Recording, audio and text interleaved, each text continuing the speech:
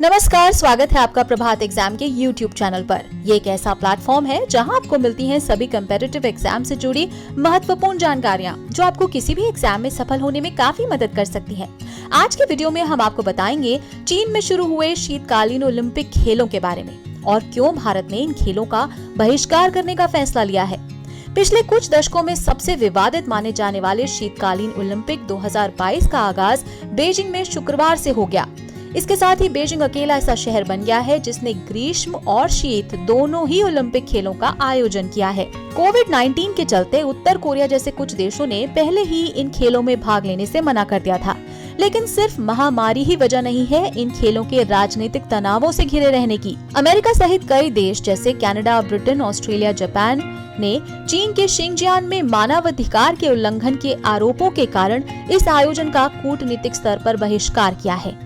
इन देशों ने in Olympics में अपने खिलाड़ी तो भेजे हैं, लेकिन आधिकारिक राजनयिक प्रतिनिधिमंडल नहीं भेजा। दरअसल उइगर और दूसरे जातीय अल्पसंख्यकों के साथ मेजबान देश के व्यवहार को लेकर सवाल किए जा रहे हैं। मानवाधिकार समूहों ने इसे नरसंहार खेल करार दिया है। रिसर्च के अनुसार चीनी अधिकारियों ने पिछले कई वर्षों में करीब 1 मिलियन या उससे अधिक लोगों को सामूहिक नजरबंदी शिविरों में बंद कर दिया है। इसमें ज्यादातर मुस्लिम उइगर समुदाय से हैं। वहीं चीन किसी भी मानवाधिकार हनन से इनकार करता है और इस आरोप को सदी का झूठ करार देता है। चीनी सरकार का कहना है कि ये शिंगजियांग में आतंकवाद से निपटने के लिए ट्रेनिंग कार्यक्रम है। बीजिंग शीतकालीन ओलंपिक के राजनयिक बहिष्कार की पुष्टि करने वाला लिथुआनिया पहला देश था। खेलों के लिए बीजिंग में राजनयिकों को नहीं भेजने के निर्णय में Australia, Canada, Britain, Japan, Belgium, Germany, Denmark और एस्टोनिया भी शामिल हो गए। स्वीडन, न्यूजीलैंड, स्लोवेनिया और ऑस्ट्रिया जैसे अन्य देशों ने भी चीन में कोई सरकारी प्रतिनिधि नहीं भेजने की पुष्टि की थी और भारत ने भी अब राजनयिक स्तर पर इस आयोजन का बहिष्कार किया है। हालांकि पहले भारत ने आधिकारिक रूप से इन खेलों को अपना समर्थन देने का फैसला लिया था, लेकिन गलवान झड़प में घायल हुए सैनिकों को इन खेलों का मशाल वाहक यानी टॉर्च बियरर बनाने के चीन के फैसले के विरोध में भारत ने बड़ा फैसला किया। भारत ने कहा कि इस फैसले के विरोधास्वरूप बीजिंग में उसके शीर्ष अधिकारी विंटर ओलंपिक में शामिल नहीं होंगे। विदेश मंत्रालय के प्रवक्ता ने कहा कि यह खेदपूर्ण है कि चीनी पक्ष खेलों का राजनीतिकरण कर रहा है। इसके विरोध स्वरूप बीजिंग में हमारे charge the affairs winter Olympic में भाग नहीं लेंगे। मंत्रालय की ओर से कहा गया कि बीजिंग दूतावास में भारत के प्रभारी उप राजदूत शीतकालीन ओलंपिक के उद्घाटन या समापन समारोह में शामिल नहीं होंगे।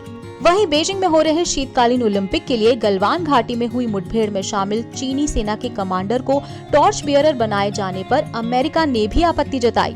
अमेरिका के विदेश मंत्रालय के प्रवक्ता नेड प्राइस ने चीन के इस कदम पर प्रतिक्रिया देते हुए कहा, हम भारत चीन सीमा पर स्थिति को लेकर प्रत्यक्ष वार्ता और सीमा विवादों के शांतिपूर्ण समाधान का समर्थन करना जारी रखेंगे। हमने पहले भी चीन के अपने पड़ोसियों को डराने धमकाने के प्रयासों के पैटर्न पर अपनी चिंता व्यक्त की है। हम इंडो पैसिफिक क्षेत्र में अपनी साझा समृद्धि, सुरक्षा और मूल्यों को आगे बढ़ाने के लिए भागीदारों और सहयोगियों के साथ खड़े हैं। इससे पहले अमेरिकी सेनेट फॉरेन रिलेशन कमेटी ने भी चीन के इस कदम को शर्मनाक बताया था। बता दें कि चीन और भारत के सैनिकों के बीच गलवान घाटी संघर्ष में भारत के 20 जवान शहीद हो गए थे। चीन को भी नुकसान पहुंचा था। हालांकि ऑस्ट्रेलिया के एक अखबार द क्लैक्सिन ने अपनी एक खोजी रिपोर्ट में दावा किया है कि भारत और चीन की सेना के बीच लद्दाख के गलवान में हुई हिंसक झड़प में चीन ने उसमें अपने नुकसान को कम बताया है।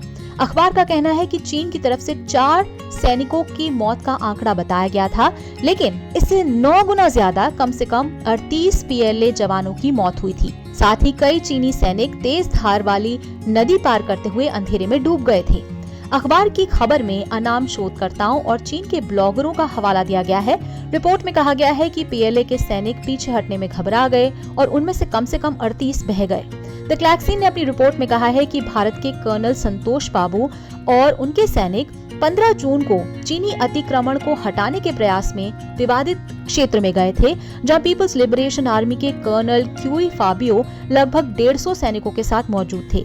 लेकिन क्यूई फाबियो ने 6 जून 2021 को की गई आपसी सहमति के तर्ज पर इस मुद्दे पर चर्चा करने के बजाय अपने सैनिकों को युद्धक तैनाती करने का आदेश दिया। कर्नल फाबियो ने भारतीय सैनिकों पर हमला किया। चीनी सैनिकों ने स्टील पाइप, लाठी और पत्थरों का उपयोग करके भारतीय सैनिकों के साथ हाथापाई शुरू कर दी, लेकिन उनको भारतीय सेना द्वारा मुंह की खानी पड़ी और चीनी सैनिकों ने नदी के बर्फीले पानी को घने अंधेरे में पार करने का फैसला लिया। नदी का स्तर अचानक बढ़ गया, घायल चीनी सैनिक फिसलते रहे और धारा में बहते रहे। इस लड़ाई में 19 अन्य सैनिकों के साथ कर्नल संतोष बाबू शहीद हो गए थे। घटनाओं के चीन के आधिकारिक संस्करण में केवल एक सैनिक को डूबा हुआ बताया गया। वहीं सिर में गंभीर चोट लगने वाले कमांडर क्यूई फाबियो बीजिंग में शुक्रवार से शुरू शीतकालीन ओलंपिक के 1200 मशालदारों में शामिल थे। उन्हें चीनी राज्य मीडिया द्वारा एक नायक के रूप में पेश किया गया था। ऐसे में दिल्ली में भारत ने घोषणा कर दी कि बीजिंग में भारतीय दूतावास के मामलों के प्रमुख 2022 बीजिंग शीतकालीन ओलंपिक के उद्घाटन या समापन समारोह में हिस्सा नहीं लेंगे, क्योंकि चीन ने गलवान घाटी झड़प में शामिल सैन्य कमांडर को इस प्रतिष्ठित खेल प्रतियोगिता का मशाल धारक बनाकर सम्मानित किया है। शीतकालीन ओलंपिक खेलों का आयोजन 4 से 20 फरवरी तक होगा, जबकि शीतकालीन पैरालंपिक खेल 4 से 13 मार्च तक होंगे।